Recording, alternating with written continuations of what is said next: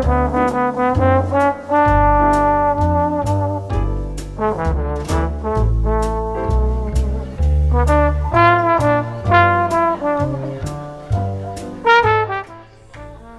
really appreciate you coming out.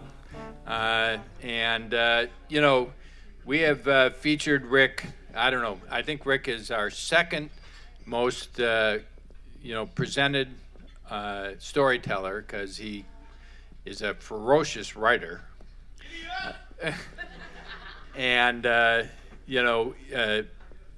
When he sent me this book and I read it, I said immediately, we got to do a night on this. It's a very personal account. So thank you, Rick, for agreeing to do this on the worst night of the year. Thank you. So, folks, I hope you got the lineup. This is our second night this year of our 11th season doing Storytellers. And, I'm still very proud of this series. This series clearly means something to Clevelanders. And the fact that Clevelanders have kind of woken up, I've seen it firsthand in the last 10 years to what an amazing city we live in.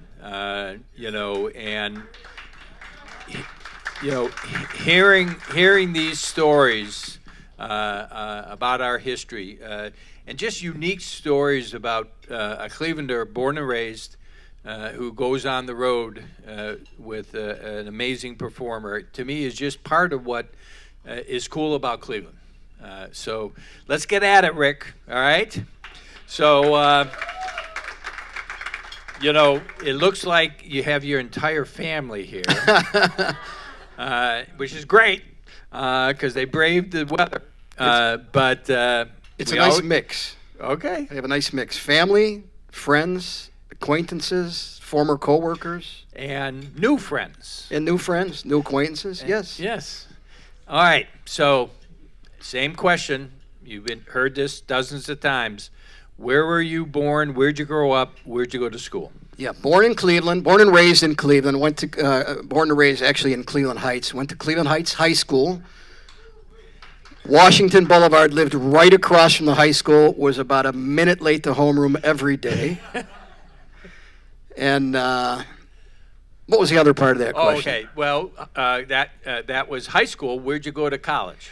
So I didn't go to college until I came off the road, but I went to Lakeland Community College, and I got what I call my 5-year degree. And that's my associate's degree, which took me 5 years going part-time. So I'm very proud of that, too. All right. Now, folks, one of my good friends from high school is the mayor of Lyndhurst. And unbeknownst to me, when I reached out originally to Rick, I reached out to him about the Danny Green book. And so I call him, and who answers the phone is City of Lyndhurst. And I'm like, oh, I didn't call Pat. And you were the mayor of the city, yeah. I'm sorry, the police chief of the city of Lyndhurst. How the hell did that happen? At the time, it certainly wasn't planned, but right. Somebody must have thought I'd do a good job. I know. All right. So here's the number one expert on the mafia in Cleveland, and he's this police chief of Lyndhurst, and I'm like, okay, I got to go talk to the mayor and see what the hell's going on. How did right. I mean, tell a little bit about your path after Lakeland. After I came off the road. Okay, well, we're going to get to that. Yeah. After I came off the road, I got into school. I was working part-time playing drums, and I thought I need to have something on my resume sort of related to police work. So I got a job as a store detective at the old May Company at Euclid Square Mall. Did that for a while I was taking my classes, and then I was taking police entrance exams. And back then, certainly not now, but back then there was a lot of competition. I mean, you could have maybe 2 openings for a small department like Lyndhurst or University Heights, and you could have 150 young men and young women there competing for those two spots. So a lot of competition, and after about 15 entrance exams, as my score was going up higher, I thought maybe it's just not meant to be. Maybe, I'm supposed to stay in music. And then I think I hit my 17th exam, and I got offered a job by the Mayfield Village Police Department. Yeah, actually, I got hired part-time in Woodmere, and that was just by application. There was no test. 10 a.m. the police chief calls, says you're hired part-time, and people told me this would happen. They say when it rains, it pours. 2 o'clock in the afternoon, about 4 hours later, Mayfield Village calls me and offers me a full-time job. So I had to call Woodmere back and say I resign from the job I hadn't even started. He understood. It's tough to get these full-time positions. And that's where I started. I started at Mayfield Village, and I was there for, I think, a year and a half before I moved to Lyndhurst. All right. Wow. Yeah. Cool. Now, I'm not going to spend a lot of time on it, but you have written some of the most amazing books about the Cleveland Mafia, the rise and fall of the Cleveland Mafia. Super Thief was connected to the Cleveland Mafia. To Kill an Irishman, of course, became a movie. But actually, of all your books, the one about Shonda Burns with Bombs, Bullets, and Bribes was my favorite. And then the last one, There's More Bodies Out There. Again, by Mafia serial killer. How did you decide, okay, I'm going to get off the Mafia? Now, I know it's unique that, your book about going on the road with Sammy Davis certainly was unique, but you kind of had a path on the Mafia, and then you jumped over to this very personal book. Yes. And a simple explanation there. That book we're talking about, Just Play Like You Do in the Basement, is actually the first book that I ever envisioned writing. So when I came off the road, again, I'm moving forward, and we're going to get to that, but when I came off the road, people were asking me questions like, what was Sammy Davis Jr. like? Did you meet Frank Sinatra? This and that. And they'd ask about what life was like on the road. And then 2 people within a period of maybe a half year said, you should write a book about that. And after the second person said that, I thought, I guess this could be a book and should. And I had a lot of memorabilia and travel documents, photographs, and itineraries, and all sorts of things. I was a bit of a shutterbug, so I had a camera with me often. A lot of pictures in the book, and that's actually the first book I started writing, drafting out chapters back then. But then I got really interested in my grandfather's murder. And when I was in the police academy, the police academy commander said that he would help me after class file a public records request with the coroner's office. And as a result of that, a couple weeks later, I got some files that really helped me get started. And that started my path writing about the organized crime history in Northeast Ohio. Yeah, and the first book did pretty well, and then the Danny Green story was sort of a natural segue, into another book. So you circle back then to write this book after 30 or 40 years. Yeah. There you go. It's a circle. Yeah. All right. So I want to go back to the beginning here. Let's get into this book. How and when? Tell the story of how and when you got involved in music. Well, I grew up in a musical family. So my father was a drummer, and my brother, who's 9 years older, is a drummer. And my father was also an officer with the Musicians Union in his later years. So he was backstage at he was the assistant to the president, sort of the head business agent. So he handled a lot of the bigger theaters and bigger venues. Now, is this what he did for a living? That's what he did for a living. Well, he had played drums originally. So you're living in Cleveland Heights, and your dad is deeply involved in music around Cleveland. Correct. Yeah. He also was a barber, but he loved music. Music was always a big part of our house, in particular jazz. He also, as a result of working for the Musicians Union, became very good friends with a great drummer by the name of Louis Belson. Louis Belson, same class as Buddy Rich, maybe not quite as well known. But he's a Clevelander.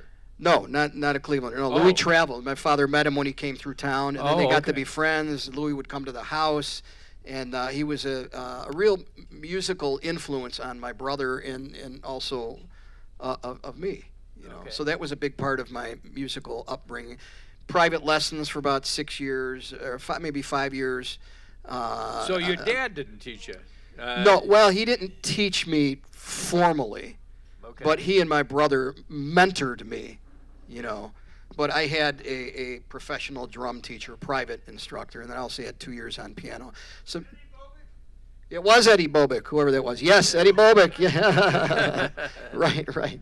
Ed Bobick. Yeah, he was my teacher, and so it was all about music in that house, all about drums more specifically.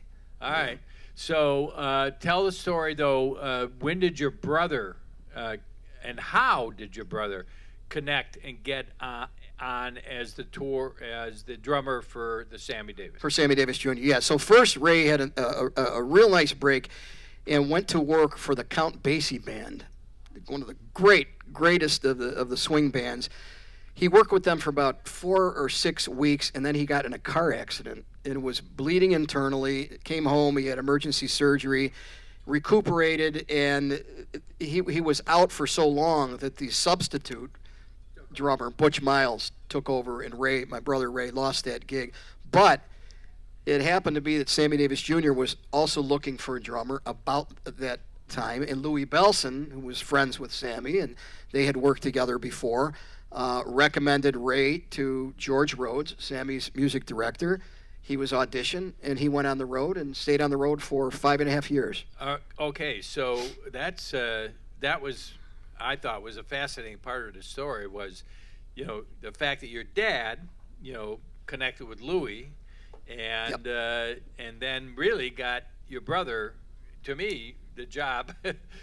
I know he was with the Count Basie, but holy cow, to get on the road with Sammy Davis. Right. Well, he made the connection. You had to. It just couldn't be a connection. You had to be able to do the job.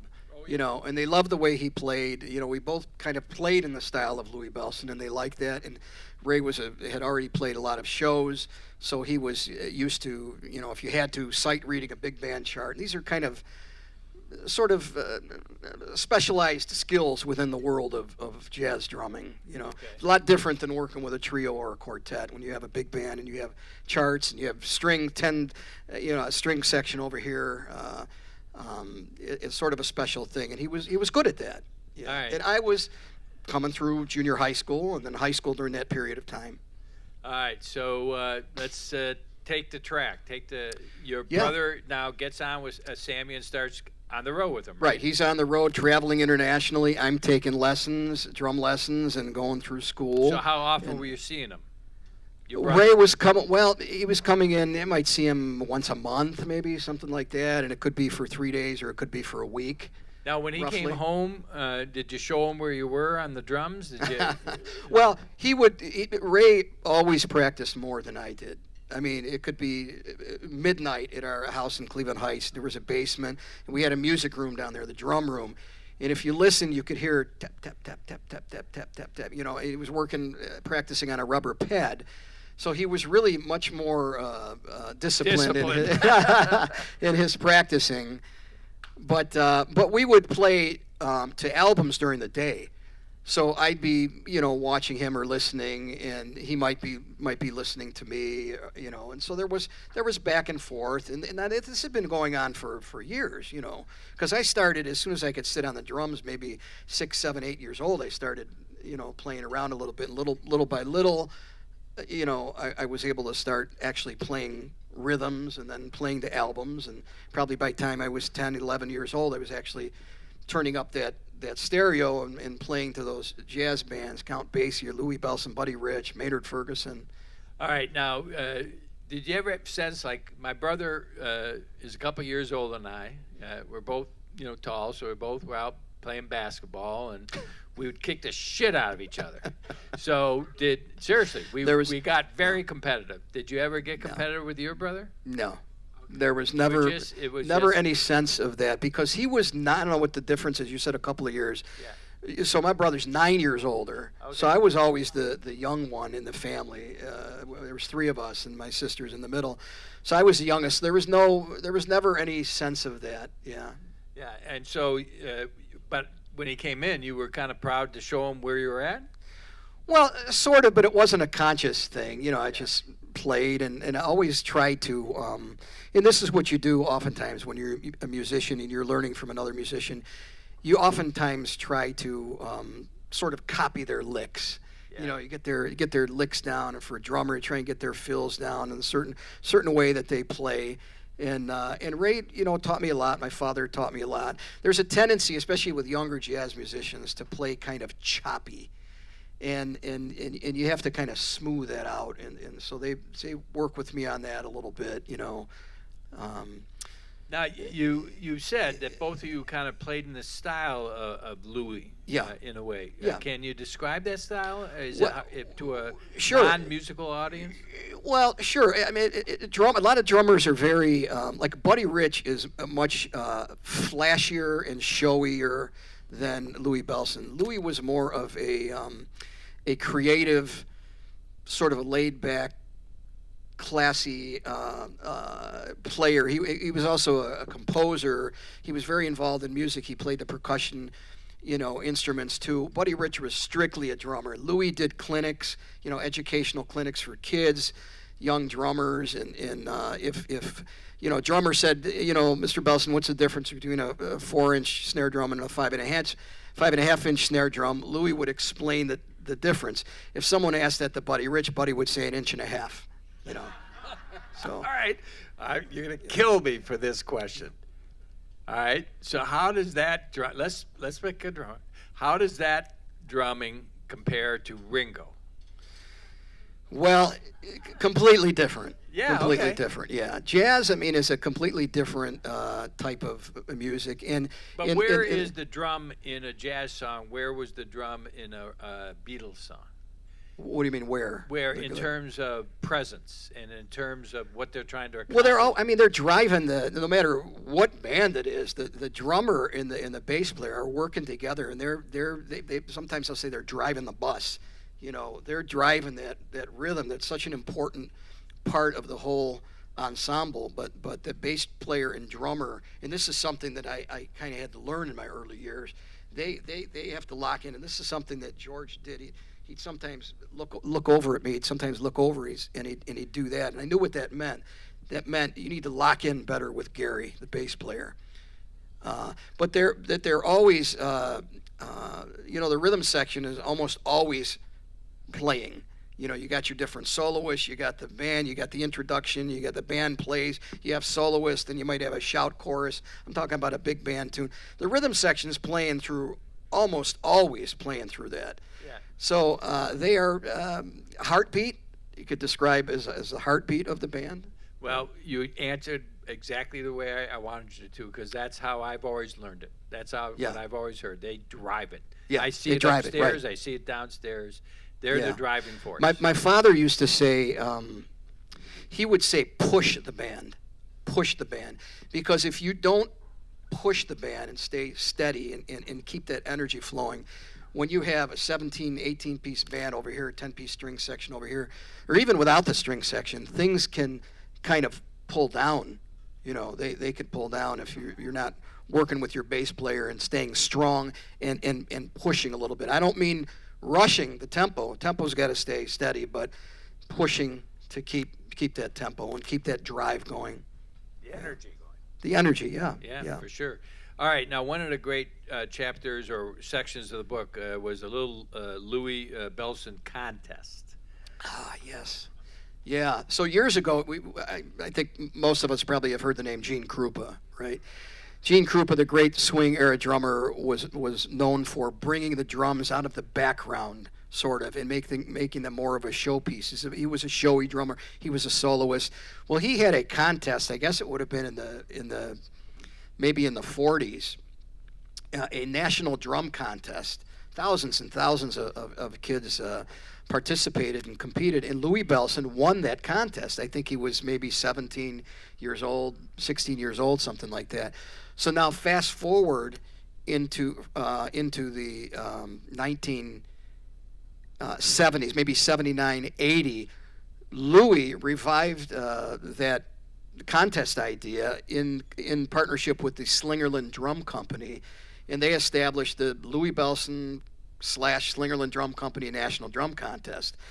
And my father brought home the ad from the drum magazine. I'm trying to remember the name. And it was entry form to join this contest. The semifinalists and finalists went to Las Vegas to compete. They would go to Las Vegas with their families, and their drum teacher was all paid if you got that far. But I started at the local competition, which was in Erie, Pennsylvania, and I won that, surprise, and now I'm starting to get a little nervous. And then the regional competition was at Capital University in Columbus, and I won that. And the total number of kids, I don't think it was quite as big as the Krupa contest, but it was about 900 kids from across the country participated. So my family got to go with my drum teacher to Las Vegas for the semifinals. And it was hosted, the finals and the big show was hosted by Mr. Las Vegas, Wayne Newton, right? Also like an amateur drummer. Louis' big band was there, and part of the exercise or part of the competition for the 4 finalists. There were 4 finalists, and by now you could probably guess that I'm one of the 4 finalists. I mean, the 4th finalist. I wouldn't have made it if they only had 3 finalists. So they narrowed it down from, I think there were maybe 12 semifinalists, and they narrowed it down to 4 finalists. And part of the competition was you had to play a tune. You got the pick of 3 arrangements with Louis' band. Now that was like a real treat for me, but very, very nervous. And yeah, so I came in 4th place in that contest. And the winner, Hank Guaglianone, nice Italian kid from Rolling Meadows, Illinois. One of the first place prizes was he got to be in an appearance with Louis Bellson on the Johnny Carson Tonight Show. So how cool was that? And I was happy for him. I was thrilled that just 4th How place. old That was were great. you? I was 17 or 16. 16 or wow. 17, yeah. 17, I think. I think you rocked it. Yeah. That's fantastic. I was still in high school, so I was 16 or 17. All right. Yeah. Were you a hero in high school for doing that? or- No, I don't think so. I mean, just within the music department, it was kind of a cool thing. All right. Yeah. Very cool. No hero. Those were the athletes. Those were the heroes. All right. Yeah. All right. So let's hop back on. What happened? So your brother's traveling with, Sammy. Well, he's getting ready to pull the plug. Yeah, that's what I want to hear about. Yeah, Tell that story. 5.5 years. You get tired. It's a grind. You're traveling. You're in hotels. You're in different cities, and there's a certain glamour to it, absolutely. But after a while, it could get tired. So he put in his notice at the end of 1980. His last job was New Year's Eve, 1980, going into 1981, in Hawaii at the Hilton Hawaiian Village. So now, in the meantime, I started in Lakeland College because I had graduated from Heights High, and I was very interested in electronics. It was just something I was always interested in. I liked taking things apart, and then I was unable to get them back together, and I'd get in trouble. But I started in the Lakeland, and I couldn't handle the math. I don't have a mind for math. That's why I have a calculator. I just had no mind. That's why there is a calculator. That's why there is a calculator. It was like 3 in my house. And so I wasn't sure what I was going to do. I wasn't old enough to get into police work or start taking the exams. And then all of a sudden, I'm sitting around one afternoon, and the phone rings, and I answered it. It's Sammy Davis Jr.'s music director, George Rhodes. And he said, I understand that you play like your brother. You've done some shows, and that you might be interested in taking over with him. I said, yes. And so we chatted a little bit more. And you're 17 years old. 18. Oh, yeah. Okay. 18. 18 years old, yep. So he starts telling me about this gig in outside of Minneapolis at the Carlton Dinner Theater, St. Paul, Minneapolis area, I think. And it was a 3-night gig. So I'm going to audition. So I'm assuming that I am going to sit in at their opening night rehearsal when they rehearsed the house band. I knew how it worked. They traveled with, Sammy had 5 musicians and a music director. And then they picked up the house band. You know, if they played the front row, it would be the front row house band. If they played Caesar's Palace in Vegas, it would be the Caesar's Palace house band. So I thought I would sit in during a rehearsal. So at the end, before I was getting ready to hang up, I said, Mr. Rhodes, and you're like, call me George.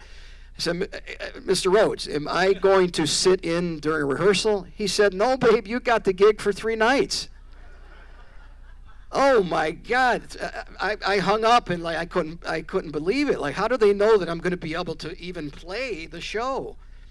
But and you didn't ask how much? How much I getting paid for this? Absolutely not. It was the last thing I was thinking. No, I hung up. I think I called my father down at the Musicians Union, and he had some good advice. He was excited, but he had some good advice. He said, let's not tell anybody what's going on yet until we see how you do your first night. And that was good. That was good advice, yeah. How'd you get to Minneapolis? A flight, yeah. My father took me to the airport. They had a ticket waiting for me. And okay, so they paid for your transportation. Yeah, they paid for the transportation, yeah. I got there and went to the hotel. George was waiting in the lobby for me. He told me, why don't you go over to the theater and you could set up. And there were some of Sammy's stage people there. I set up, went back to the hotel, and if I got something to eat, and went to my room and got up. And the next morning, I got a call from Phip, who was Sammy's lead trumpeter, and also handled the musicians. And he said the van will be leaving at 10:30 because we have an 11 o'clock rehearsal, or 11:30, whatever it was. And so he got there, got to the rehearsal, started looking for a lineup. Like, what's the lineup of music going to be? And there's no lineup, and I'm looking around, and I got a big thick book of music. There must have been 150 arrangements in there, and on the front it says Sammy in big bold letters, and then on the bottom it says Ray Porrello drums. And I'm looking for a lineup, and finally I look at one of the trombone players next to me, and he's got a sheet of paper, and then I realized there was a lineup that was behind my big thick book of music, and I looked at it. And it wasn't a lineup. It was just, there were no numbers on it. It was just like 20 tunes. I learned that Sammy Davis Jr. doesn't follow a lineup. He sets up the first 3 tunes at the beginning of the show. Those are pretty much locked in. His opening tune and then his second and third tune. After that, he reads his audience and then he decides what he's going to do. So now it's not bad enough that I'm there. I'm going to be playing the show, and this is a rehearsal. But there's no lineup. Wait a minute. Are you like, okay, here's the songs. Are you now in the book? Yes, absolutely. I'm getting my music out. I'm getting those first 3 tunes out. Right.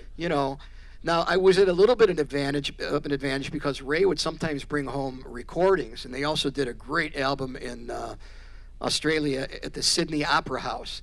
So I was familiar with some of the tunes, but they changed things up. And when you got a book with 125 maybe tunes in it, who knows what he's going to call.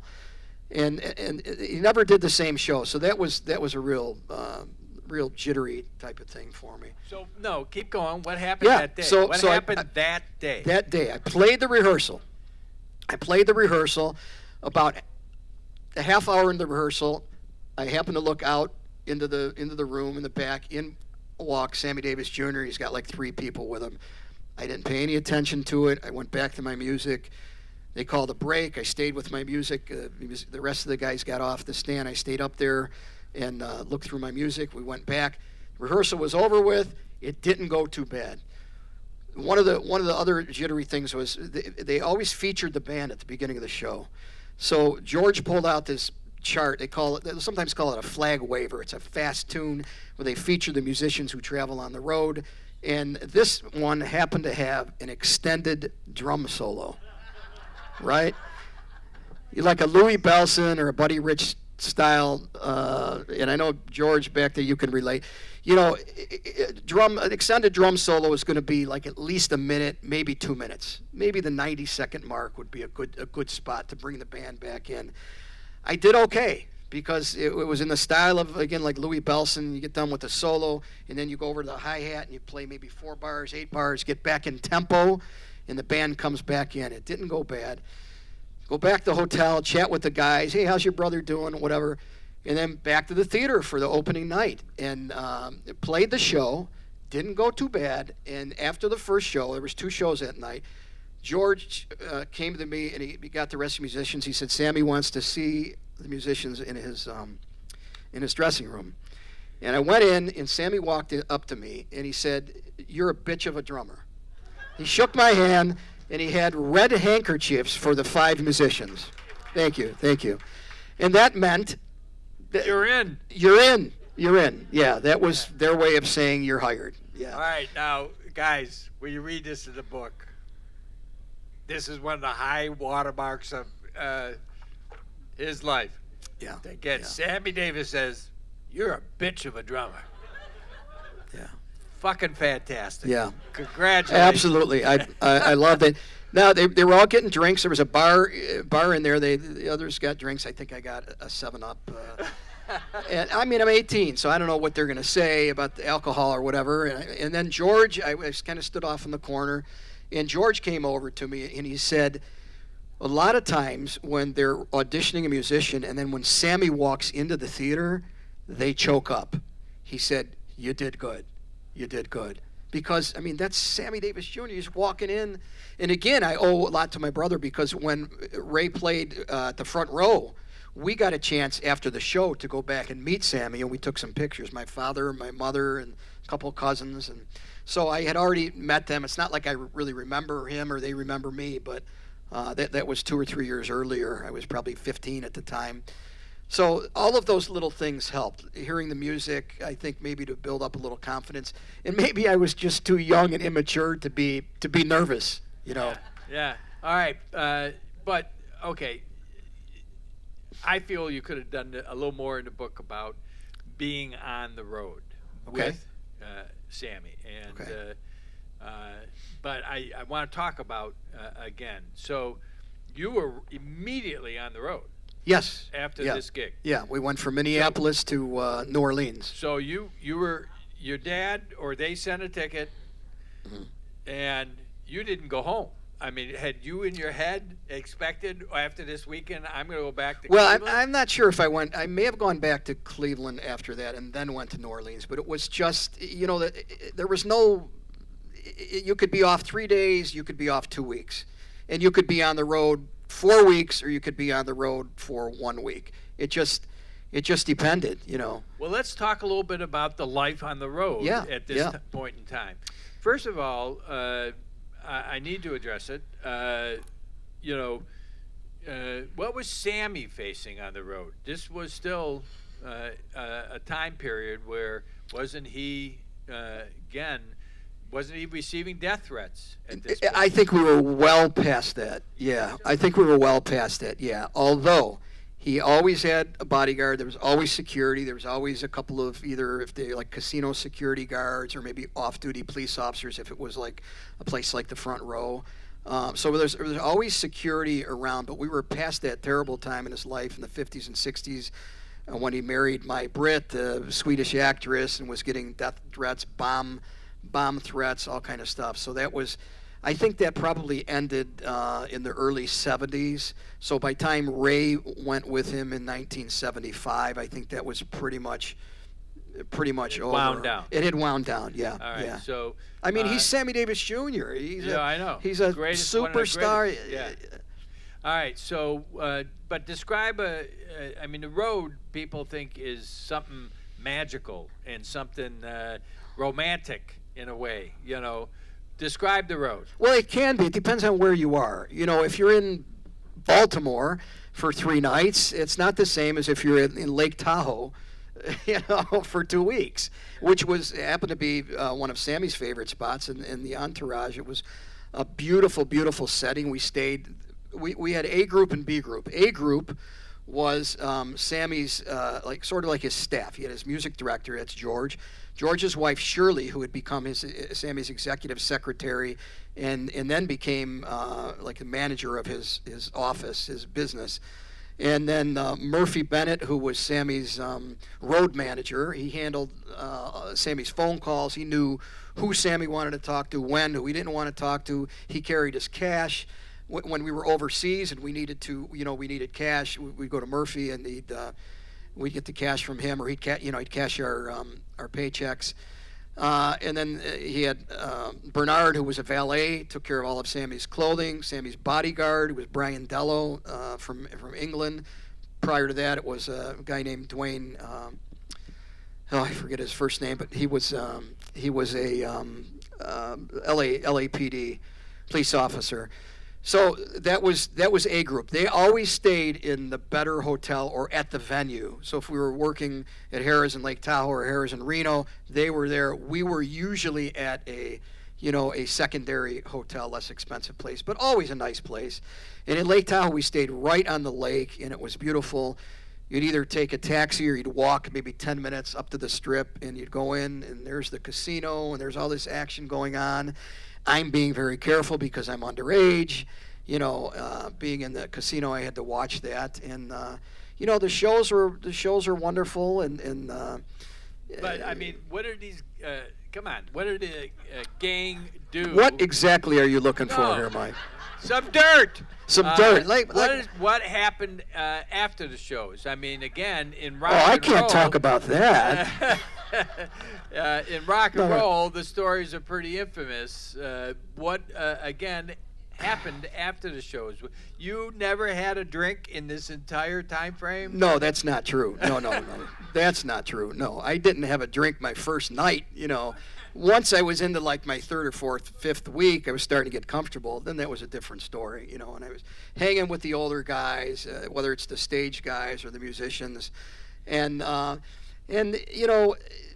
Sammy, entertainment, casinos. There were always a lot of women around, and young women employees, the dealers, the bartenders, and everyone. So there was a lot of attention, back and forth. And so one of the questions that I got asked when I came off the road was, "Did you have a girl in every port?"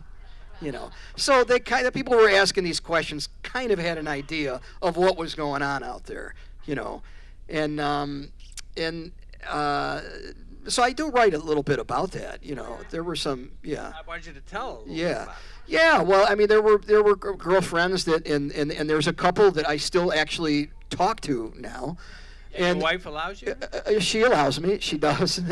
And then some that just kind of, it was sort of a very short-term thing. They knew I was leaving.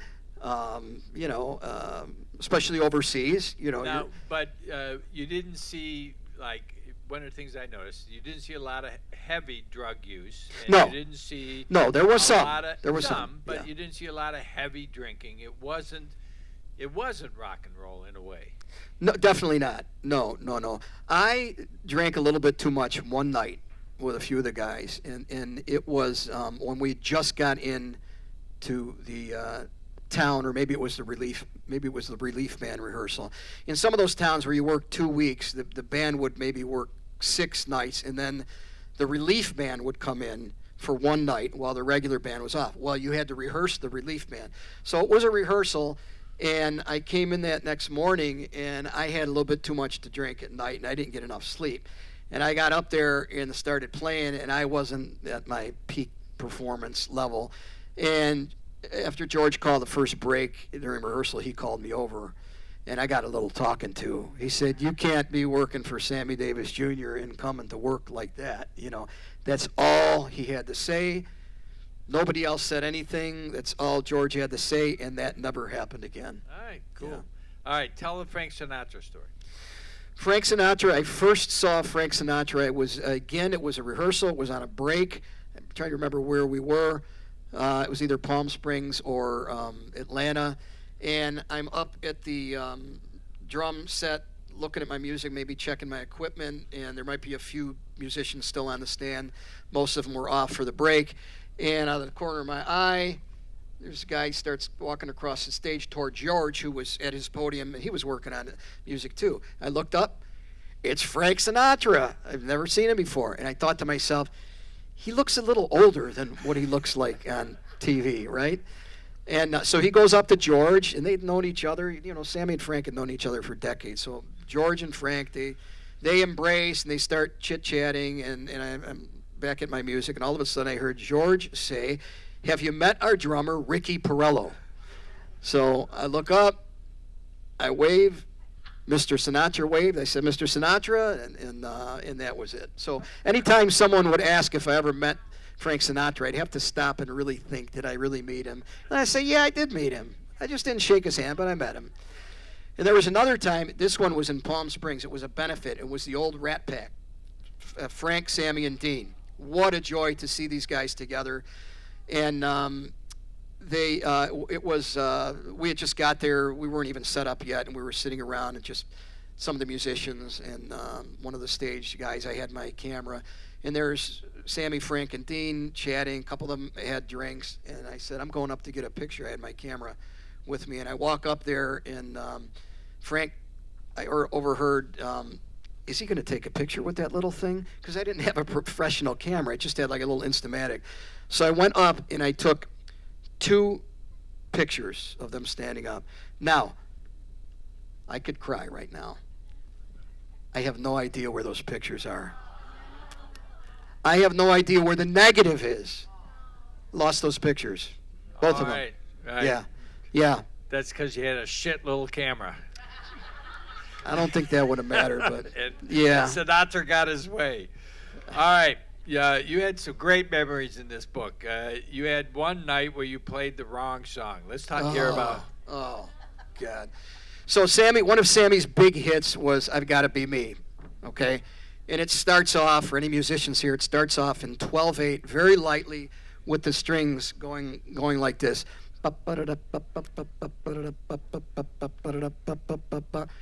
Very, very light. So one of the things you had to do, because there was no lineup, is you had to really listen for cues. Like if Sammy started talking about his hometown, you knew that he was going to do New York. And you'd make sure that the house guys knew if it was a group that you didn't work with often.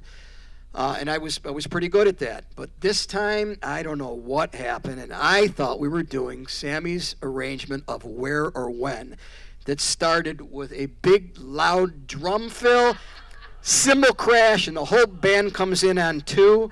So George gives a downbeat, and I go, blum, crash! And I'm hearing...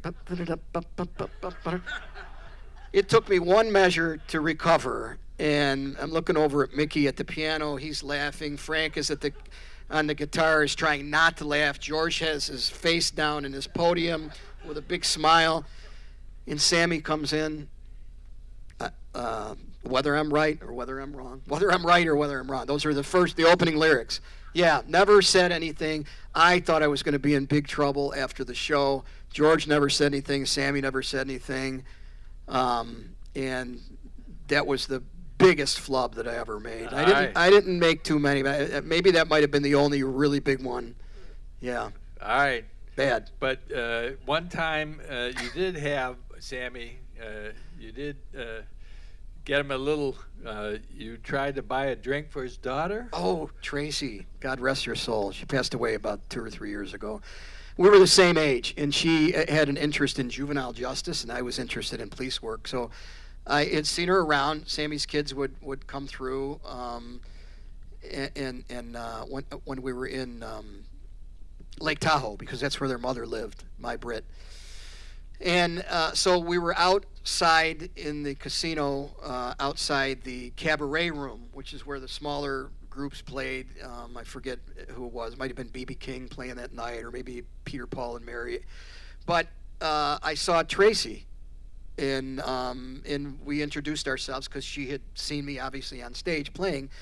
We introduced ourselves, and I thought the polite thing to do would be to buy her a drink. So I bought Tracy a drink. We drank and we chatted for 10 or 15 minutes, whatever it was. She went her way, I went my way. The next night, we're getting ready to go on, and I'm getting ready to go up on the drum riser. Sammy's just entering into the stage left there. And he says, Ricky, come here for a minute. And he had a very, very serious look on his face. And he looked at me, and I'm like right here to here. He said, I understand you supplied a little libation for my daughter. And he must have saw my face just drop. And I started to say, well, yeah. And he said, thank you very much, babe. That was really nice. He patted my arm, and he walked away. Mr. D, you got me good there. You got me good. Yeah, Nice. yeah, yeah, yeah. Very cool. All right, so tell a story. How did you decide, okay, I'm done? I'm going to get off the road, Yeah. just like your brother did. Yeah, well, it wasn't just like Ray did, because Ray like knew when he was going to quit. It was the end of the year. I was very, very conflicted about this. I mean, I'm going from really at a very young age. I had only joined the Musicians Union when I was 16. Worked for just a little over 2 years before I got this job, and but I had this interest in police work. You know, when I was 10 or 12, I got a police radio for Christmas. I had a cousin who became a cop in Cleveland Heights, and on holidays he would sometimes stop over if they were quiet and sit down and grab a bite to eat for 20 minutes. And it pulled me in. It was like a calling. But to leave the top of really an industry at such a young age, and my father, he wanted us to move out to California, to Los Angeles, and he would manage both of us. But the problem with that is that era, I was kind of talking to a musician who's here about that. That era was kind of coming to an end, you know. So I thought it was the best thing to do. I was very conflicted, and there were two people that helped me out, two friends. Ironically, one a drummer and one a cop. And they said, Ricky, listen, if you don't like police work, you do it for 2 or 3 years, and you get out and you go back to music. That gave me traction to move forward, and that was really helpful. And I put in my notice, and again, I was very conflicted, and my last show. What would you done that to Road? Would you to George, to George Rhodes, and then they pretty much, and some of them kind of knew that I wanted to become a cop. You know, sometimes I was hanging out more with the bodyguard and with security guards and the musicians. You know, and they kind of knew. And Sammy was actually a frustrated cop. You know, he had a little bit of interest in that. And later years, I learned that he had kind of they had nicknamed him the sheriff, like A group. He's Sammy. He's the sheriff. Mr. D, the sheriff, whatever, just in reference to him. But I just, it's something I wanted to do. I put in my notice, and maybe I had another. I wanted to give George plenty of time, so like 2 months in advance, and then finally in my last week they brought somebody out, and my replacement, Clayton Cameron, and during my last show, Sammy started to talk. It was about an hour into the show. He said, "This is kind of a mixed emotion night for us." And I started listening because I had a feeling he was talking about me. And sure enough, he was. And he went through this thing. And, you know, we've had the pleasure of his company for 2.5 years, and we're saying goodbye. He's moving on to another career. And, you know, that was my goodbye. And that was it. Back home, after 2.5 years. Yeah, so back home, how long before you got that job in Mayfield Heights? Mayfield Village, that was it was almost 3 years. And that's why I say I had taken 15 or 16 entrance exams over a period of 3 years because there was so much competition. So finally I got hired full-time in Mayfield Village. I stayed there for 1.5 years. And it was just really quiet. There wasn't a whole lot going on. They had the freeway, you know. And I wanted to be a little bit busier. I wanted more opportunity for advancement. So I moved over to Lyndhurst, which was like triple the size of the department. And that was 1988 that I moved to Lyndhurst. Was still playing gigs when I could because I was rotating shifts. I was playing a great gig with the Ernie Krivda Big Band. You know sure. that name. We've had him here many times. Yeah. I was working with Ernie's Big Band, but because I was working different shifts, there were 2 drummers. And we were trading the gig. I was out on the west side, I think.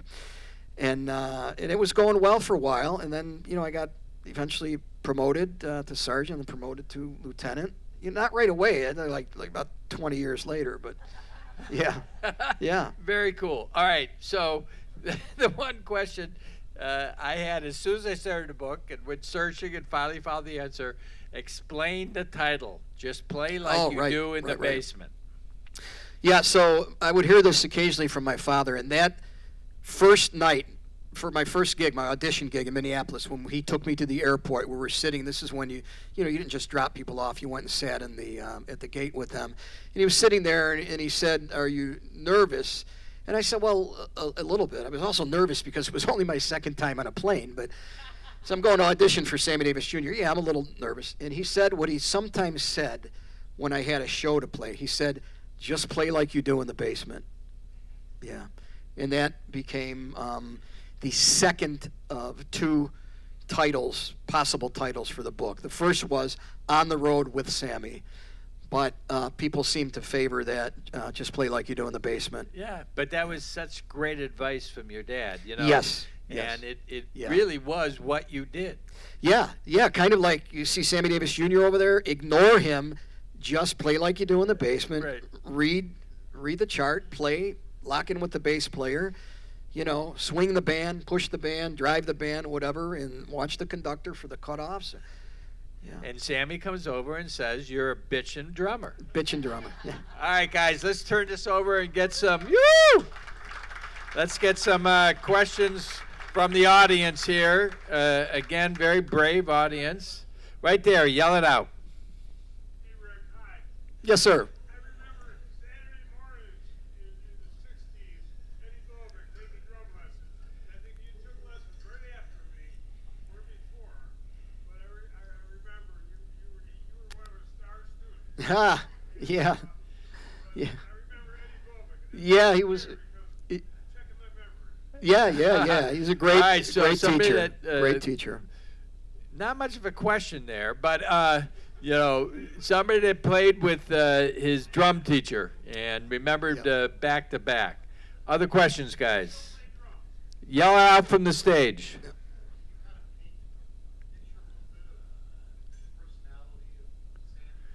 Especially off the stage. Paint a little picture of Sammy kind of off the stage. What was Sammy's he like? personality. Well, first of all, the musicians hung out with Sammy the least. It was before the show, during the show, maybe after the show, and maybe we went to dinner on occasion up to his suite because he liked to cook. But I could tell you, he was a ball buster. He was a ball buster. As I told you the one story, he was a teaser. The shows were a lot of fun. He loved what he did. There's a saying that Sammy spent his whole life waiting to go on stage. He was very professional. You know, you could interact with him. You know, but it just didn't happen too often. Did you get the feeling every time you interacted with him that he was on the stage? No. He was he was Sammy off stage. He was your boss. He joked around a lot. I remember backstage at Caesars, he'd play the movie game with the stage crew. They try to guess movies. I remember when I first started, my father wanted a picture of me with Sammy, so I set it up with the camera girl, and she went in. We went into Sammy's room, took the picture. And then afterward, when she brought me the pictures, I said, "What do I owe you?" She said, "Sammy paid for it." Yeah. Ah. So he was very generous too. You know, he'd get the entourage gifts. I remember my brother bringing back different gifts. You know, a boom box, a little portable TV, different things. So he was generous. You know, he was very generous with his money, and that kind of hurt him in the end, you know, because he had problems with the IRS after he died, his estate. That's another subject. But Oh yeah. Well, but it sounds like he was just a good guy. he's a fun guy. I mean, I'm sure he had his issues. He got pissed about things too. Yeah. You know, I saw him one time. He was ready. Oh man, we were in Mexico, and at the end of the show, we were playing the bows. We were playing them off. And I didn't see it, but someone threw a little shot glass, up on the stage and hit him on the arm. And he came off stage, and then all of a sudden he's with the promoter, and there's people around. He's already dressed to leave. You know, he's got his cowboy hat on. He's ready to leave. Normally that didn't happen. And I'm real curious about what's going on. And he's arguing with the promoter, and he opened his jacket, and he's got a little pistol tucked in a little holster. He said, I don't carry a gun for nothing." And me and a couple of the other guys tried to find this guy, and his bodyguard was saying, no, come, you know, you guys get back here, because even if they find out who it is, they're not going to do anything. But that's the one time that I really saw him pissed off. Yeah. Oh, wow. Yeah. And he did carry a gun, going back to the threats that he had. You know, I saw him come on. We're always on a plane, but one time we were on a bus, and he took his jacket on and he had a shoulder holster. I'm like, damn, Mr. D's packing. Other questions? You said you had one here. Go ahead, yell it out. What was one of your favorite places when you traveled abroad? What was one of your favorite places when you traveled abroad? There's a joke in there, but Australia. I would say Australia. Yeah. Loved the people, loved the country, and. So how many weeks were you there, for example? We were there, I think, for two weeks, and then we went back another time, maybe for 10 days or two. But there 2 were weeks. times to get out and see the country. Yes, yeah, and meet people. We were on a 4-week European tour where we hit all these different cities. That was another fun spot. But sometimes you're moving so quick, which wasn't the case in Australia. But on the 4-week tour, you didn't get to see a whole lot because you're playing the shows, you're packing up and moving on to the next very city. Cool. Go ahead, yell it out. Did you stay in touch with the band, and did you ever hear back from Sammy ever? I never actually heard back from Sammy. I did go to see the show, I think one time when they came through. And, when you're a road musician, you're a member of the family as long as you're part of that group. After that, you still might have a connection. Well, not quite that bad, but and some of the musicians did keep. Actually, it was Phip Ricard, who had been with Sammy the longest. He did call every now and then.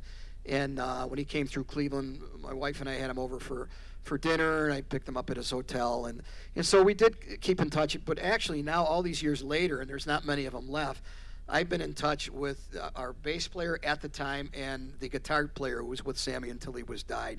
So I am in touch with them and one of the assistant stage manager, Lester Mornay, and we talk every now and then. Yeah. Oh, great question. Big round of applause, everybody. Thank you, Mike. We know we want to get you home and get you on the road here on a snowy night here in Cleveland. Guys, a couple things I just want to talk about coming up.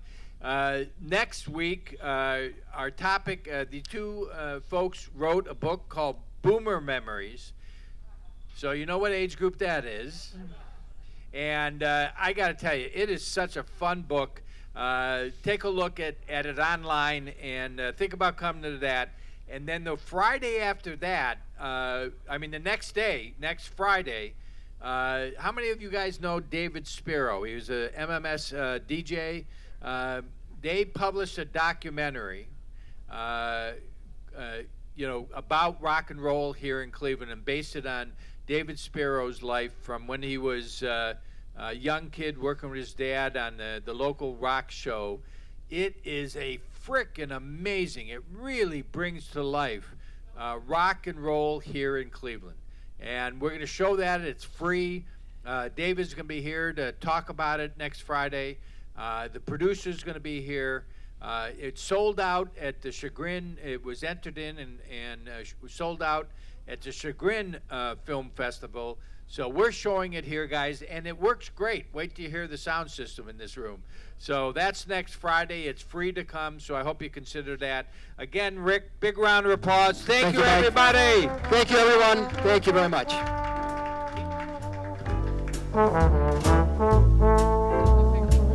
Thank you.